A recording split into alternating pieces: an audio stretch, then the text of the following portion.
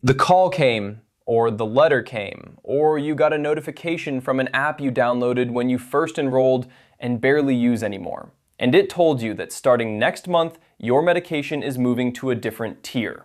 That sentence either means nothing to you yet, or it means everything, because you have been through this before, or someone in your family has, and you know that a tier change on a specialty drug is not a minor administrative update. It is a bill that is about to get significantly larger, with 60 days notice in the middle of a plan year you believed was locked in. Here is what the Medicare Advantage industry does not want you to know going into this moment. The federal government grants these plans the legal authority to change your drug coverage, add new prior authorization requirements, and increase your cost-sharing obligations at any point during the year. What the plans do not advertise is that federal regulation creates distinct legal rights that differ depending on which type of change they are making, and most enrollees never find out what those rights are before the window to use them closes. By the end of this video, you will know the exact sequence of 5 actions you need to take the moment a mid-year change notice arrives, including the one distinction that determines whether your plan has to cover your drug through the rest of the year, regardless of what the notice says.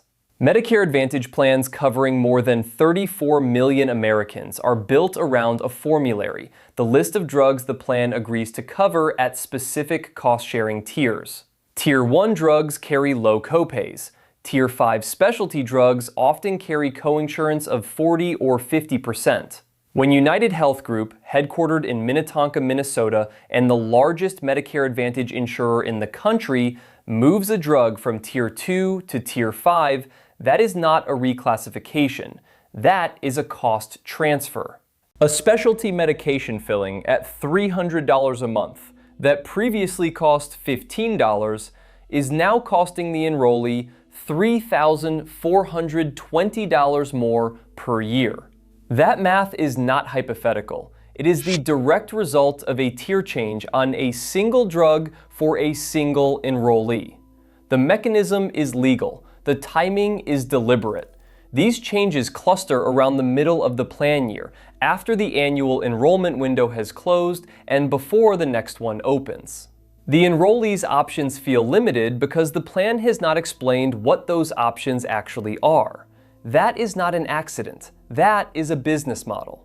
Plans including CVS Health's Aetna, headquartered in Hartford, Connecticut, and Humana, headquartered in Louisville, Kentucky, have documented histories of mid-year formulary management that produces exactly this sequence. The Department of Justice's False Claims Act complaint filed on May 1, 2025 in the United States District Court in Massachusetts named Aetna, Humana, and Elevance Health, headquartered in Indianapolis, Indiana, alongside 3 major broker organizations alleging hundreds of millions of dollars in illegal kickbacks paid the brokers to steer beneficiaries into their plans regardless of plan suitability or quality, and alleging that Aetna and Humana conspired with brokers to actively reduce enrollment of Medicare beneficiaries with disabilities. The Office of Inspector General's Work Plan Project on Misleading Marketing Practices in Medicare Advantage, announced in July of 2025, is investigating the actions of agents and brokers who enrolled beneficiaries in plans without their knowledge or directed them to plans that increased their out-of-pocket costs. Investigators reviewing complaints received by CMS from 2020 to 2024 have documented a consistent pattern. The marketing describes coverage. The plan's mid-year management restricts it. The notice letter arrives. The rights exist, and most enrollees never use them. Prior authorization additions follow the same mid-year notice process. A drug you have taken for 3 years with no prior authorization requirement can acquire one. That addition does not require your physician's new approval to exist. It requires only that you now navigate a process you were not navigating before, one that can delay or disrupt access to medication you depend on. Networks present a parallel problem. A specialist you selected this plan specifically to cover can leave the network mid-year. The plan's obligation to notify you is limited to significant network changes, not every individual provider departure. Federal regulation does require plans to submit provider directory data to CMS and update it within 30 days of changes. A separate final rule published by CMS in 2025 specifically addresses provider directory accuracy requirements effective January 1st, 2026. You cannot verify your specialist is still in network by reading last January's plan documents. If you are finding this useful, this kind of information used to require hiring an elder law attorney to find out. If you want to keep getting it for free, subscribing is how you make sure you do not miss the next one. Going through these regulatory filings and CMS enforcement documents, what becomes clear very quickly is that the public-facing version of Medicare Advantage enrollment and the documented reality of mid-year plan management are often describing two completely different products. The marketing is the enrollment version. The formulary change notice is the plan year version. They are not required to match. The part of this that most people miss is not the tier change itself.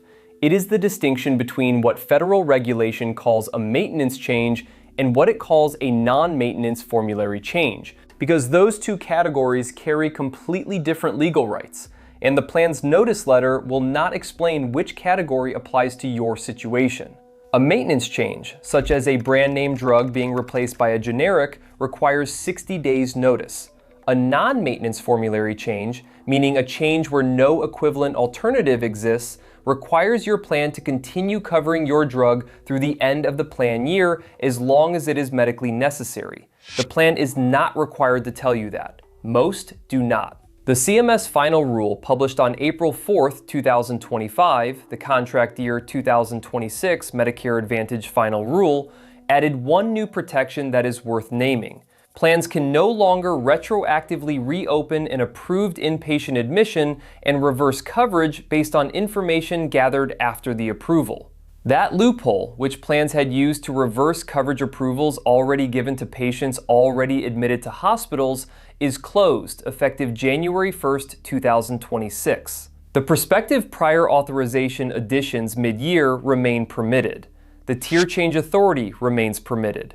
The distinction between maintenance and non-maintenance formulary changes and the year-end coverage protection that non-maintenance changes trigger is the one defense the regulation already provides that almost no enrollee knows exists. Everything before this point is what your Medicare Advantage plan is counting on you not to understand before the 60 days following a mid-year notice have passed. What follows is what they are genuinely afraid you will do with it. The key distinction in the notice you received is this.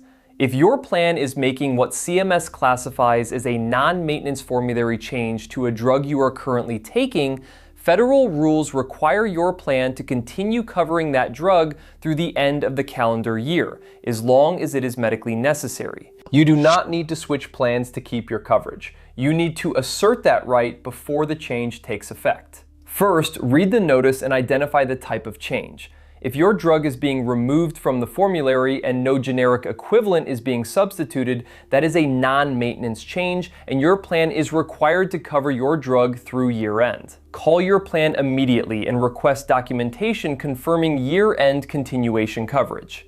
Free. Time required, 1 to 2 calls. What it prevents. Paying full out-of-pocket costs for a drug your plan is legally required to continue covering. Second, file a formulary exception request using CMS Form CMS-10125. Have your prescribing physician submit a statement of medical necessity. This applies to both maintenance and non-maintenance changes and is the mechanism for formally requiring the plan to cover your drug at a lower tier. Cost, none. Time, 2 to 5 business days for the physician paperwork. What it prevents? Paying the new tier cost while an approved exception would restore the prior cost sharing. Third, if your primary care physician has left your plan's network, call 1-800-MEDICARE directly. That is the federal government's non-plan affiliated helpline. Under federal rules, a primary care physician network departure triggers a 2-month special enrollment period to switch to a plan that includes your physician. This is a documented, legally established enrollment right. Free. Time required, 1 call. What it prevents. losing access to a physician you have been seeing, or continuing in a plan that no longer covers that physician. Fourth, do not call the 800 number from the television advertisement for the plan you are evaluating switching to.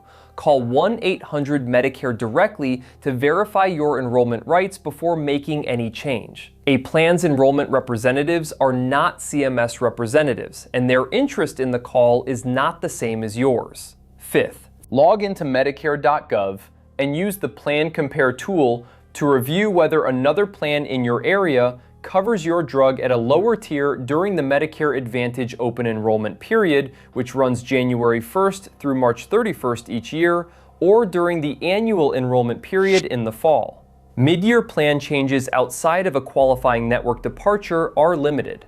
Understanding your options before the next enrollment window opens means you are positioned to act when the window does. Free. Time required, 30 to 60 minutes. The complete protocol takes 2 to 3 hours across several days. The cost of not completing it on a single specialty drug non-maintenance formulary change is up to $3,420 per year in costs your plan may be required to cover anyway. Before this video, you were the enrollee the Medicare Advantage industry depends on reading that mid-year notice letter, not knowing the difference between a maintenance and non-maintenance change, and paying the new costs through the end of the plan year without ever calling to assert a right your plan was required to honor. You are now the enrollee who knows that distinction exists, knows how to file a formulary exception request, knows the one enrollment right that a physician network departure triggers, and knows to call 1-800-MEDICARE before anyone else. If you are currently navigating any of this, or if something in what you just heard matched a situation you are already inside, share it in the comments, because you are not the only one, and your experience is evidence. Share this with anyone in your family who is dealing with any of this. And if you want to stay ahead of the industry rather than behind it, subscribe. The next one is something most families find out too late.